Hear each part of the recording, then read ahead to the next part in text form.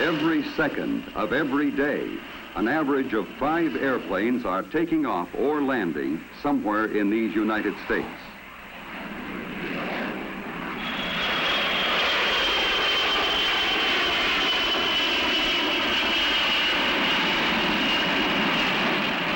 Every day, our airlines fly, on the average, a distance equal to 4 round trips to the moon.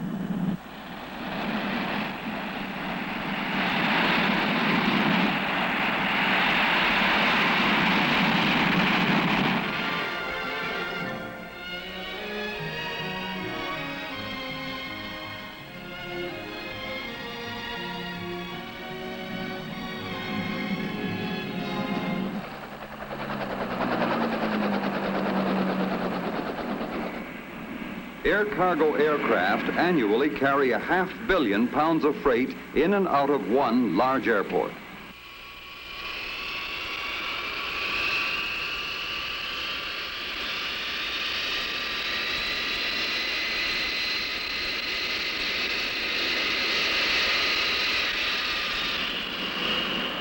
So it all adds up to a lot of activity. As many as 50,000 passengers pass through a major terminal in a day, most of them with luggage. There are going to be continually more passengers. These passengers are going to fly more miles, and they are going to fly them faster.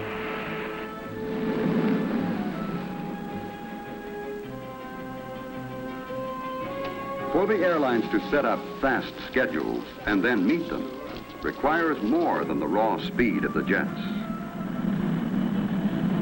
For you to have breakfast in New York and then be in Los Angeles in time for a second breakfast involves a lot more than the flying time from coast to coast.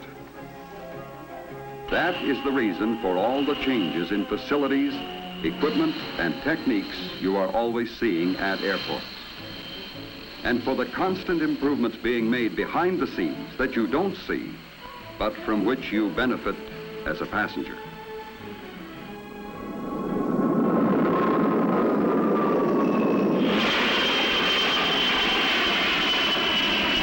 Each flight consists of innumerable, seemingly unrelated items, people, and activities that must be brought together for a temporary but specific purpose. How is it possible to coordinate all that is required for a flight? For flight after flight, day after day, and still to include provision for last-minute changes? May I help you? I'm booked for 7:30. Is there any chance of getting out earlier? Be glad to check for you, Mr. Thompson. Hello. Do we have any space on Flight 210 to Los Angeles? Thank you. I can book you on a 3 o'clock departure for Los Angeles, sir. Oh, good. All right, sir. So check your bag.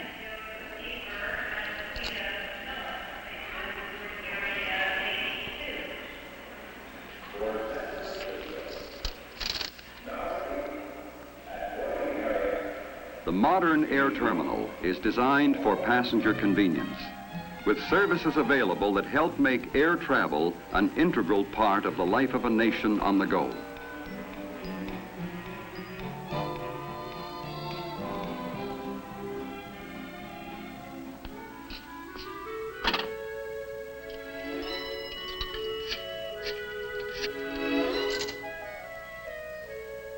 This is a credit card call.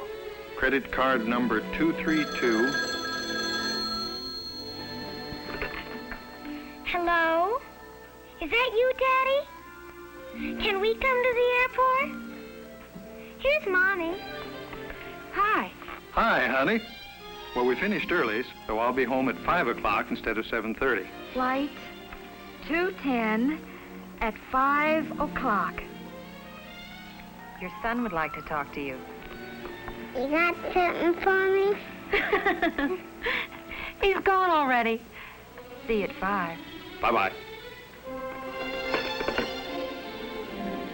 In this fast-moving world we're living in, the telephone is a part of the immediate, direct, and personal communications required in the jet age.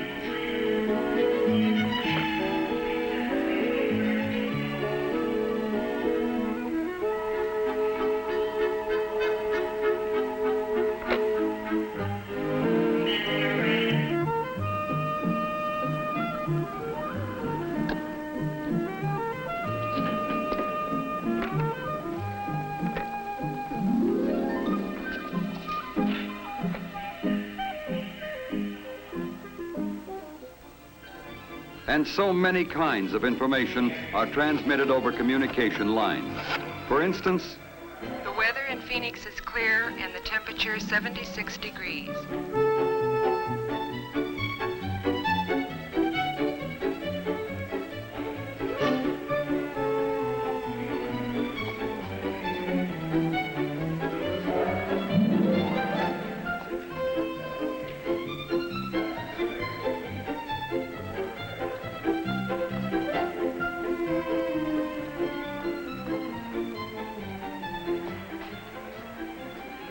Hello. Good afternoon. Welcome aboard. Thanks very much. You're welcome. Good afternoon. Hello. Hi, Hello you're there. sitting in 2D? Yes, 2D. Take your coat, okay? And your briefcase goes under the seat. Right. Okay? most of the communications at an airport are not by passengers, but for passengers by airline personnel. And most of these communications take place behind the scenes. It starts with when you ask about reservations. Your call may be to a centralized reservations office, which serves many cities, where it goes to the first available agent in the order in which it is received. For example, in making a reservation, you could dial a local airline reservations number in Washington, D.C., but telephone equipment would automatically switch your call to the airline's reservation center, such as this one in Charlotte, North Carolina. Here, the agent has immediate access to all required information and can make your reservation immediately. Or you may dial a local number in your city, talk to an agent in a local ticket office, and that agent will check with his airline's reservation center, which may be from a few miles to the length of the continent away. Telephones and telephone lines play an important part in making airline reservations. The airlines use high-speed computers to keep a record of future reservations. Your call is probably one of 10,000 to come into a reservation center that day. But the combination of computers and high-speed communications will give you an immediate answer. Another method. If you were to stop into a ticket office for flight information, say to Chicago or New York, or even around the world, the agent would put your request for a reservation into a console, which transmits it over the telephone lines to a centralized office.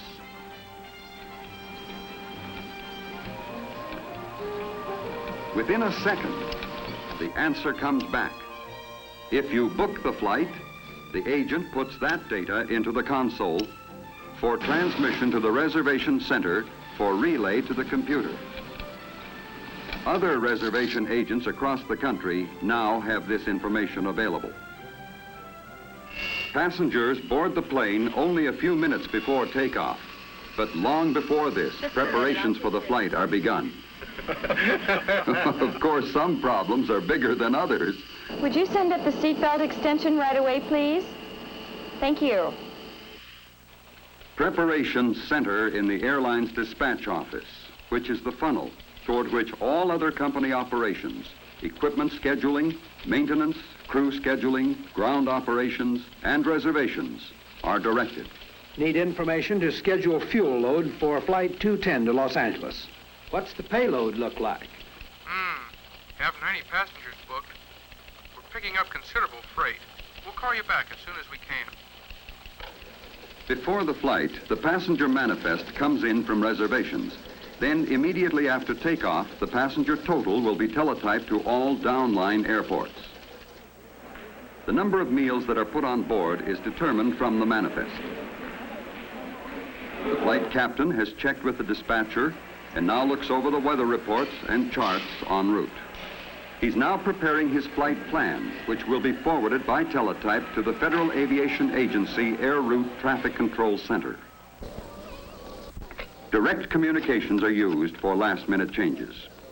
We'll need 4 extra meals. One of those must be a salt-free diet. No smoking, and please fasten your seatbelts. Oh, thank you. You're welcome. Oh, that's handy. Now we can take off. Yeah, you're all set. All set and on time. Ground control, United 210, taxi clearance, please. Instrument flight plan, over. This is O'Hare Ground Control, cleared to runway 32 left. Taxi by the outer circular taxiway. Hold clear of the active. Contact the tower 118.1 when ready to go. United 210, roger.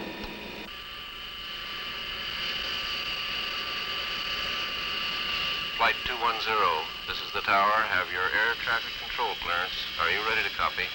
United 210, go ahead. During the taxi run, the tower has checked by direct line to air traffic control for confirmation of the clearance filed by the pilot. This clearance specifies the exact route to be followed after takeoff. O'Hare Tower, United 210, ready for takeoff. Runway 32 left, go ahead. Roger, United 210, cleared for takeoff. United 210, roger.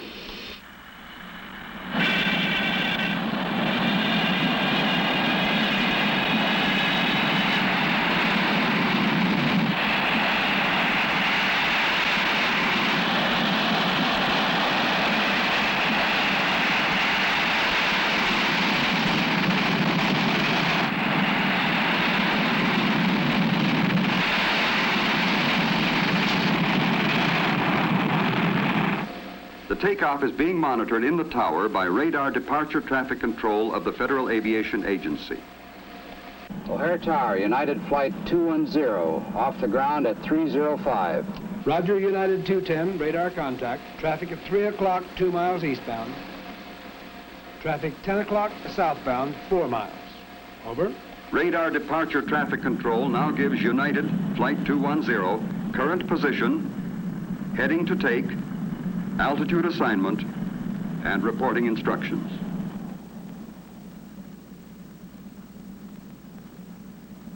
Report leaving 12,000. Change to air traffic control frequency 132.7. Roger, United 210, now leaving 12,000, changing to 132.7. The FAA Air Route Traffic Control Center is now monitoring Flight 210 on radar. Air traffic control, United 210, leaving 13,000, heading 258 degrees. Roger, 210. Continue on course, climb to flight level 39,000. Report passing Cedar Rapids. The airlines could not operate as they do without the many means of communications, much of which is supplied by the telephone companies. A large airport requires its own communication center to handle the behind-the-scenes activity. This central office is large enough to serve a community of 35,000. Here, it handles a communications mix of teletypewriters, high-speed data lines, radio lines, television, direct lines, and, of course, thousands of regular telephones. This telephone switching equipment provides the instant communications needed by airlines and airports. Direct communications continue while the plane is in flight. Air route traffic control centers continually follow the aircraft on radar scopes throughout its entire flight, passing control from one sector to another. In this way, all traffic is kept under surveillance at all times. Flight 210, contact Denver Center on frequency 133.5 now. Roger, United 210, changing to Denver Center, 133.5. The FAA controller keeps aircraft separated by time, distance, and altitude. In addition to direct and continuous contact with the controller by radio, a pilot receives reports at regular intervals from the Weather Bureau and also can talk directly to pilots of other aircraft in the area. Each flight also maintains voice contact through AirInc, an airlines-owned communications organization, where an operator receives the message by radio and then puts it on a teletype connected with the airline dispatch office.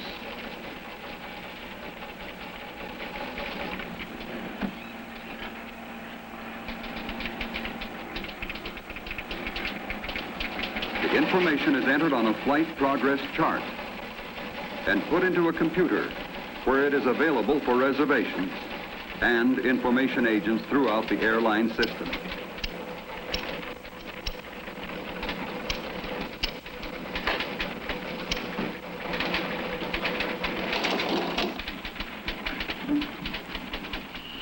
Dick, will you call Los Angeles Dispatch and advise them we will be arriving 20 minutes ahead of schedule? Roger.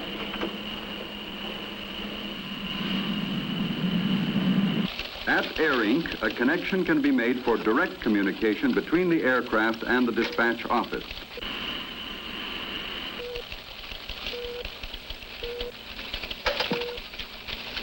Los Angeles United 210. Advise dispatch we will arrive 20 minutes ahead of schedule. Any change in flight plan would be discussed and then announced to the passengers. This is your captain speaking, ladies and gentlemen. We've been pretty fortunate with the air currents up here today, and we'll be landing Los Angeles 20 minutes ahead of schedule. Thank you. Almost as soon as the passengers find this out, the information is available half a continent away.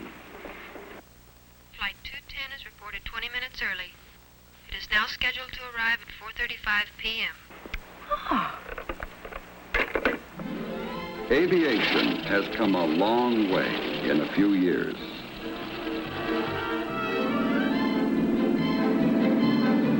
And communications also have come a long way in a few years.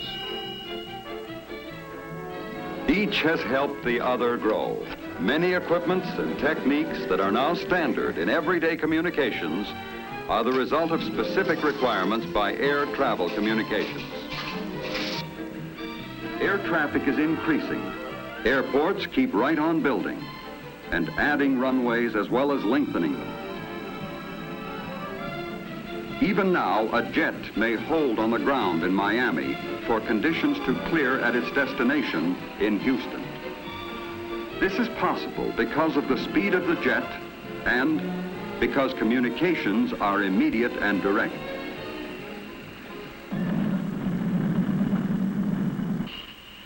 Gear down, final check. Los Angeles approach United 210, outer marker inbound. Roger, 210, cleared to land. United 210, clear to land.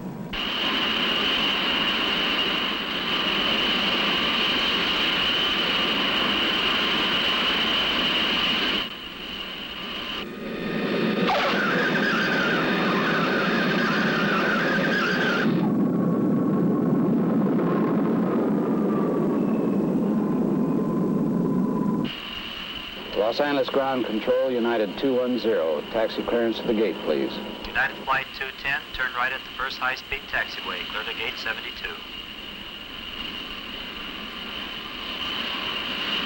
Flight 210 now arriving at gate 72. Is that Daddy? Yes. Come on, children. When you fly, there's a lot of talk by a lot of people about your trip. When you make a reservation, you are provided with immediate information as to the status of your flight. As a passenger, it's just a matter of boarding the plane and enjoying the trip. While in the air, your aircraft is in constant touch with many sources of information. This is all because, along with your reservation, you also reserve the benefits of modern communications.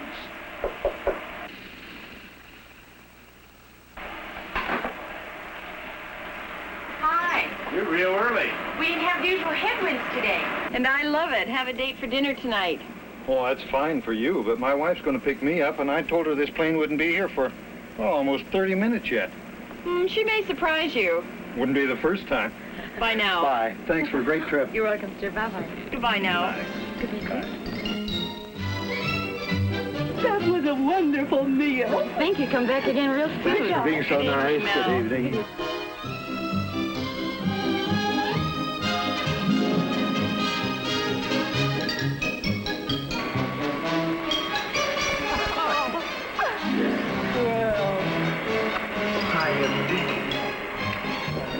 But this is great. How'd you know the plane was going to be early? I phoned.